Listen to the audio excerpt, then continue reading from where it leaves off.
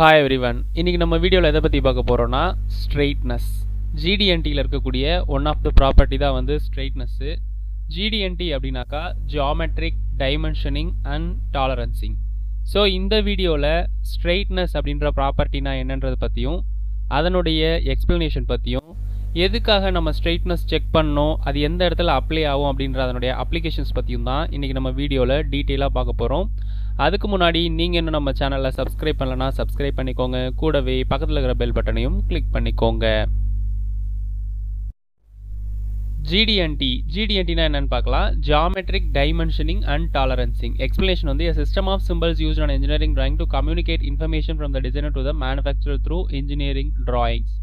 So நம்ம ஒரு manufacturing யூனிட்டில் ஒரு ப்ராடக்ட் நம்ம வந்து உருவாக்குறோம் அப்படின்னாக்கா அதனுடைய டைமென்ஷன்ஸ் ஸ்பெசிஃபிகேஷன்ஸ் எல்லாமே என்ஜினியரிங் டிராயிங்கில் எவ்வளோ கொடுத்துருக்காங்களோ அதை பேஸ் பண்ணி தான் நம்ம அந்த ப்ராடக்ட் வந்து மேக் பண்ணுவோம். ஸோ டிசைனர் வந்து அந்த வேல்யூஸ் வந்து எவ்வளோ ஃபிக்ஸ் பண்ணுறாரோ அதை பேஸ் பண்ணி தான் அந்த ப்ராடக்டினுடைய அவுட்புட் வந்து நமக்கு வந்து அமையும்.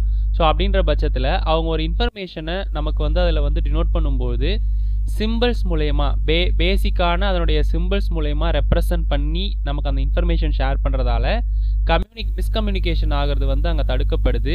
நம்ம பார்த்ததுமே ஒரு ஈஸியான ஒரு அண்டர்ஸ்டாண்டிங்க்கு டைம் கன்சியூமிங் வந்து ரொம்ப வந்து கம்மியாக இருக்குது அப்படின்ற பட்சத்தால் தான் இந்த ஜிடிஎன்டி சிம்பிள்ஸ் அப்படின்றத உருவாக்கி அந்த சிம்பிள்ஸ் மூலயமா இன்ஃபர்மேஷன்ஸ் வந்து ஷேர் பண்ணிக்கிட்டு இருக்கோம்.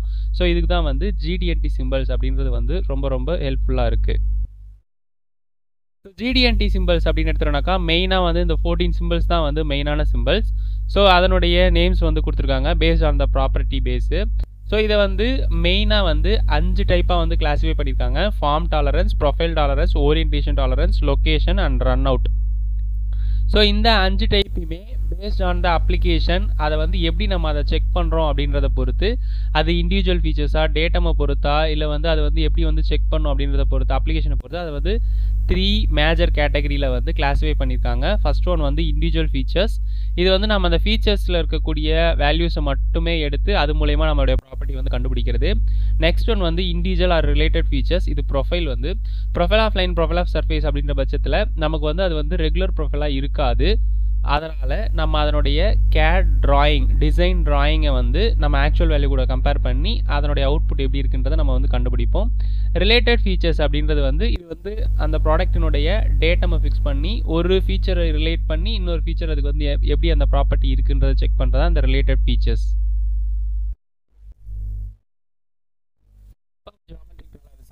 பார்த்தோம் form, profile, orientation, location, run out. நம்ம பார்க்கக்கூடிய ஸ்ட்ரெயிட்னஸ் வந்து ஃபார்ம் டைப் ஆஃப் டாலரன்ஸில் வரும். ஸோ இந்த டைப் ஆஃப் டாலரன்ஸ் எல்லாமே வந்து டீவியேஷன் ஆஃப் ஃபீச்சர்ஸ். இப்போ ஒரு ஃபீச்சர் நம்ம மெஷர் பண்ணுறோம்னா அந்த ஃபீச்சரில் மெஷர் பண்ணக்கூடிய வேல்யூவை வச்சே அந்த ப்ராப்பர்ட்டி நம்ம எவ்வளோ இருக்குன்றதை மெஷர் பண்ண முடியும். ஸோ இதை வந்து இன்னொரு ஃபீச்சர்ஸ் கூட நம்ம வந்து அதை ரிலேட் பண்ணி கண்டுபிடிக்கணுன்ற அவசியம் கிடையாது. ஸோ அது வந்து individual features. So first one வந்து ஸ்ட்ரெயிட்னஸ். இது வந்து ஃபார்ம் டைப் ஆஃப் டாலரன்ஸ். இதனுடைய எக்ஸ்பிளனேஷன் பார்த்தோன்னாக்கா controls the straightness of a feature in relation to its own perfect form. So நம்ம ஒரு ப்ராடக்டினுடைய ஸ்ட்ரெயிட்னஸ் கண்டுபிடிக்கிறோம் அப்படின்னாக்கா அந்த பர்டிகுலர் ஃபீச்சரை மட்டுமே தான் அது வந்து டிபெண்ட் பண்ணியிருக்கும். ஸோ இதுக்கு வந்து எக்ஸ்ட்ரா வந்து இதுக்கு வந்து டேட்டம் வேணும் அப்படின்ற அவசியம்லாம் எதுவும் கிடையாது. ஸோ இதான் இங்கே கொடுத்துருக்காங்க. ரிலேட்டிவ் டேட்டம் வந்து நோ, இதுக்கு டேட்டம் வச்சு தான் இந்த ப்ராப்பர்ட்டி நம்ம கண்டுபிடிக்கணுன்ற அவசியம் கிடையாது. எம்எம்சி ஆர் எல்எம்சி அப்ளிகபிள் வந்து எஸ், ஆக்சிஸ் ஸ்ட்ரெயிட்னஸ் டிபெண்ட் பண்ணி எல்எம்சி எம்எம்சி கண்டிஷன் வந்து அப்ளிகபிள். இங்கே வந்து எம்எம்சி எல்எம்சி அப்படின்னாக்கா maximum material condition, least material condition சொல்லுவாங்க. ஸோ இதை நம்ம பார்க்கலாம். என்ஜினியரிங் டிராயிங் அப்படின்னு எடுத்துட்டோம்னாக்கா நமக்கு ஸ்ட்ரெயிட்னஸோடைய சிம்பிள் இந்த மாதிரி ஒரு ஸ்ட்ரெயிட்டாக ஒரு சின்னதாக ஒரு லைன் கொடுத்துருப்பாங்க. ஸோ இதான் அந்த ஸ்ட்ரெயிட்னஸுடைய சிம்பிள். இதனுடைய டாலரன்ஸ் ஜோன் வந்து கொடுத்துருக்காங்க 0.03ன்றது கொடுத்துருக்காங்க. இந்த எம் அப்படின்றது வந்து எம் அப்படின்னு போட்டு ரவுண்ட் பண்ணியிருந்தாங்கனாக்கா இது வந்து மேக்ஸிமம் மெட்டீரியல் கண்டிஷனை டினோட் பண்ணும். இதுவே எல் போட்டு ரவுண்ட் பண்ணியிருந்தாங்க அப்படின்னாக்கா அது வந்து லீஸ் மெட்டீரியல் கண்டிஷனை வந்து டினோட் பண்ணும். என்ஜினியரிங் டிராயிங்கில் இப்போ நம்ம இந்த ஷாஃப்டினுடைய டயாமீட்டர் வந்து இந்த மாதிரி தான் அவங்க வந்து டினோட் பண்ணியிருப்பாங்க. ஸோ இந்த டயாமீட்டர் இந்த ஏரியாவை வந்து மார்க் பண்ணி இந்த இது வந்து டயாமீட்டருடைய சிம்பிள். இதனுடைய ஸ்பெசிஃபிகேஷன் பார்த்தாக்கா டயாமீட்டர் 10 ப்ளஸ் ஆர் மைனஸ் 0.05, அதாவது 10லிருந்து ப்ளஸில் 0.05 போகும், 10லிருந்து மைனஸில் 0.05 வரைக்கும் வரும் அப்படின்றது தான் வந்து இதனுடைய அர்த்தம். ஸோ இதில் நமக்கு ஸ்ட்ரெயிட்னஸ் அப்படின்ற ப்ராப்பர்ட்டினுடைய டாலரன்ஸ் ஜோன் வந்து கொடுத்துருக்காங்க. ஸோ இந்த மேக்ஸிமம் மெட்டீரியல் கண்டிஷன் அப்படின்றது வந்து எந்த ஸ்பெசிஃபிகேஷனில் அந்த ப்ராடக்ட்னுடைய மெட்டீரியல் வந்து மேக்ஸிமமாக இருக்குமோ அதுதான் வந்து maximum material condition. Least material கண்டிஷன்ன்றது வந்து எந்த கண்டிஷனில் அந்த ஸ்பெசிஃபிகேஷனில் வந்து அந்த ப்ராடக்ட் வந்து மெட்டீரியல் வந்து கம்மியாக இருக்குமோ அதுதான் வந்து லீஸ் மெட்டீரியல் கண்டிஷன். ஒன்றும் இல்லை, இப்போ இந்த 10 ± 0.05 கொடுத்துருக்காங்கல்ல, இந்த 10.05 அப்படின்ற கண்டிஷனில் வந்து இதனுடைய மெட்டீரியல் வந்து அதிகமாக இருக்கும். ஸோ அப்படின்ற பட்சத்தில் அதுதான் வந்து மேக்ஸிமம் மெட்டீரியல் கண்டிஷன். இதுவே வந்து 10 - 0.05 அப்படின்னாக்கா இதில் வந்து 0.05 போயிடுச்சுனாக்கா 9.95 வரும். அதுதான் வந்து லீஸ் மெட்டீரியல் கண்டிஷன். 10.05 வந்து இதனுடைய மெட்டீரியல் வந்து அதிகமாக இருக்கும், அதனுடைய குவான்டிட்டி வந்து அதிகமாக இருக்கும்.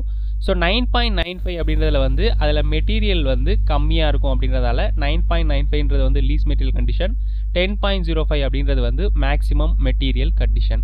ஸோ இப்போ நம்ம ஸ்ட்ரெயிட்னஸ் கண்டுபிடிக்கிறதுக்கு நம்ம ப்ரோபிங் பண்ணுவோம். சிஎம்எம்ல வந்து ப்ரோபிங் பண்ணுறது அப்படின்னு சொல்லுவாங்க. ஸோ அதில் வந்து 2 பாயிண்ட் வச்சு அந்த 2 பாயிண்ட்டும் வந்து எந்த அளவுக்கு ஸ்ட்ரெயிட்டாக இருக்குது அப்படிங்கிறத செக் பண்ணுறது தான் வந்து இந்த ஸ்ட்ரெயிட்னஸ். ஸோ நமக்கு இந்த டயக்ராமில் பார்த்தோம் அப்படின்னாக்கா நமக்கு வந்து அந்த ப்ளூ கலர் லைன் கொடுத்துருக்காங்க, ரெட் கலரில் வந்து மார்க்கிங் கொடுத்துருக்காங்க. இந்த ரெட் கலரில் கொடுத்துருக்கிற ஏரியா தான் வந்து நம்ம மெஷர் பண்ணக்கூடிய ஆக்சுவல் வேல்யூ. இந்த ப்ளூ கலரில் கொடுத்துருக்க லைன் என்னன்னு பார்த்தோம்னாக்கா நமக்கு இந்த ஃபீச்சர் கண்ட்ரோல் ஃப்ரேமில் வந்து பார்த்தோன்னாக்கா நமக்கு டாலரன்ஸ் ஜோன் கொடுத்துருப்பாங்க. ஸோ அந்த வேல்யூ தான் வந்து 0.03, அதாவது lower specification limit, upper specification லிமிட்னு சொல்லுவோம். ஸோ இந்த ரெண்டுத்துக்கும் நடுப்பட்ட கேப் தான் வந்து டாலரன்ஸ் ஜோன். ஸோ நம்ம மெஷர் பண்ணக்கூடிய ஆக்சுவல் வேல்யூ வந்து டாலரன்ஸ் ஜோனுக்குள்ளேயே இருந்துச்சு அப்படின்னாக்கா அதனுடைய ஸ்ட்ரெயிட்னஸ் ப்ராப்பர்ட்டி வந்து அக்செப்டபிள் லெவலில் இருக்குது அப்படின்னு அர்த்தம். இன்கேஸ் அதை விட லோவர் ஸ்பெசிஃபிகேஷனுக்கும் அப்பர் ஸ்பெசிஃபிகேஷனும் அவுட் ஆஃப் ஸ்டேஷனில் போச்சு அப்படின்னாக்கா அதனுடைய ஸ்பெசிஃபிகேஷன் வந்து அது சாட்டிஸ்ஃபை பண்ணலை அப்படின்னு அர்த்தம். ஸோ அது வந்து நாட் ஓகே கண்டிஷன். ஸோ இந்த டயக்ராமில் பார்த்தீங்கன்னாக்கா அதனுடைய ஆக்சிஸை வந்து மெஷர் பண்ணுற மாதிரி கொடுத்துருக்காங்க. ஸோ அதோட ஆக்சிஸ் வந்து நம்ம இந்த ரெட் கலர் லைன் தான் வந்து நம்மளுடைய அந்த ஷாஃப்டினுடைய ஆக்சிஸ். இது வந்து நம்மளுடைய டாலரன்ஸ் ஜோனுக்குள்ளேயே இருக்குது அப்படின்றதால அவங்க கொடுத்துருக்கிற ஸ்பெசிஃபிகேஷனுக்குள்ளே தான் இருக்கும். ஸோ இந்த கண்டிஷனில் இருந்துச்சுனாக்கா அக்செப்டபிள் அப்படின்னு சொல்லி அர்த்தம். ஸ்ட்ரெயிட்னஸ் அப்படின்றத வந்து எப்படி மெஷர் பண்ணுவோம் அப்படின்னாக்கா நம்ம டயல் இண்டிகேட்டர் வச்சுமே வந்து நம்ம செக் பண்ணலாம். மேக்ஸிமம் வந்து இது ஸ்ட்ரெயிட்டாக இருக்கா அப்படின்றத நம்ம செக் பண்ணது வந்து ஷாஃப்ட்டில் தான் வந்து செக் பண்ணுவாங்க. ஸோ அந்த ஷாஃப்ட் வந்து ஸ்ட்ரெயிட்டாக இருக்கா அப்படின்றத நம்ம எதுக்கு செக் பண்ணோம் அப்படின்னாக்கா ஷாஃப்ட்டு ஸ்ட்ரெயிட்டாக இருந்தால் தான் அது உள்ளே போய் அசம்பிள் ஆகிற ஹோலில் வந்து ப்ராப்பராக போய் இன்சர்ட் ஆகும். ஸோ இதனுடைய மெயின் அப்ளிகேஷன் பார்த்தோம்னாக்கா நம்ம எல்லாருமே பைசைக்கிள் அப்படின்றத பார்த்துருப்போம். அந்த சைக்கிளில் வந்து 2 வீல் இருக்கும். அந்த வீலில் பார்த்தோம்னாக்கா நமக்கு இந்த இடம் வந்து நம்ம எல்லாருமே வந்து பார்த்துருப்போம். ஸோ இதில் வந்து இந்த மாதிரி ஒரு ஷாஃப்ட் வந்து அசம்பிள் ஆகி அதுதான் வந்து சைக்கிள் கூட வந்து கனெக்ட் ஆகிட்டு இருக்கும். ஸோ அப்படின்ற பட்சத்தில் நம்மளுடைய அந்த ஷாஃப்ட் வந்து ஸ்ட்ரெயிட்டாக இருந்தால் தான் அதில் இருக்கக்கூடிய அந்த ஹோலில் வந்து ப்ராப்பராக போகும். இன்கேஸ் அதில் இந்த மாதிரி ஏதாவது பெண்டு இருந்துச்சு அப்படின்னாக்கா இதில் வந்து ஈவனாக போய் அசம்பிள் ஆகாது, அதில் போயிட்டு இடிச்சுக்கிட்டு நிற்கும். சம்டைம்ஸ் வந்து உள்ளேயே இன்சர்ட் ஆகாது.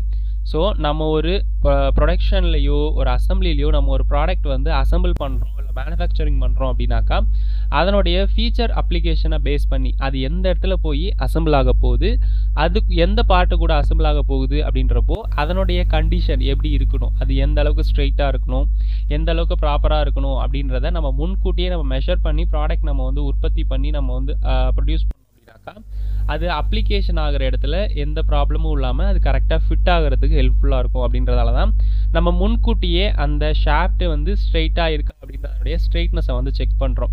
ஸோ இப்படி நம்ம செக் பண்ணும்போது அதுக்கு வந்து ஒரு பர்டிகுலர் டாலரன்ஸ் லிமிட் இருக்கும். அந்த டாலரன்ஸ்க்குள்ளே அதை வந்து டிசைன் வந்து ஃபிக்ஸ் பண்ணி வச்சுருவாங்க. ஸோ நம்மளுடைய ஆக்சுவல் வேல்யூ வந்து அந்த டாலரன்ஸ்க்குள்ளேயே இருந்துச்சு அப்படின்னாக்கா அது வந்து ப்ராப்பராக போய் அசம்பிள் ஆகும், எந்த ப்ராப்ளமும் இருக்காதுன்றதுக்காக தான் அந்த கிளியரன்ஸ் வேல்யூ அப்படின்றது ஒன்று கொடுத்து அந்த லிமிட்டுக்குள்ளே இருக்கா அப்படின்றத நம்ம வந்து செக் பண்ணி நம்ம அதை வந்து என்ஷூர் பண்ணுறோம். ஸோ இதான் வந்து ஸ்ட்ரெயிட்னஸ் அப்படின்ற ப்ராப்பர்ட்டி. ஸ்ட்ரெயிட்னஸ் மோஸ்ட்லி பார்த்தோன்னாக்கா ஸ்ட்ரெயிட்டாக இருக்கிற எல்லா ஆப்ஜெக்ட்லையுமே வந்து ஸ்ட்ரெயிட்னஸ் செக் பண்ணுவாங்க. மெயினாக பார்த்தாக்கா நம்ம ஷாஃப்ட் வந்து அசம்பிள் ஆகிற இடத்துல வந்து ஸ்ட்ரெயிட்னஸ் அப்படின்றது வந்து ரொம்ப ரொம்ப அவசியம். ஏன்னா அது ஸ்ட்ரெயிட்டாக இருந்தால் தான் போய் அது அசம்பிள் ஆகிற இடத்துல ப்ராப்பராக போய் ஃபிட் ஆகும். ஸோ GD&T பெனிஃபிட்ஸ் பார்த்தோன்னாக்கா standardize design language, clear precise and consist communication between customer and supplier, production team.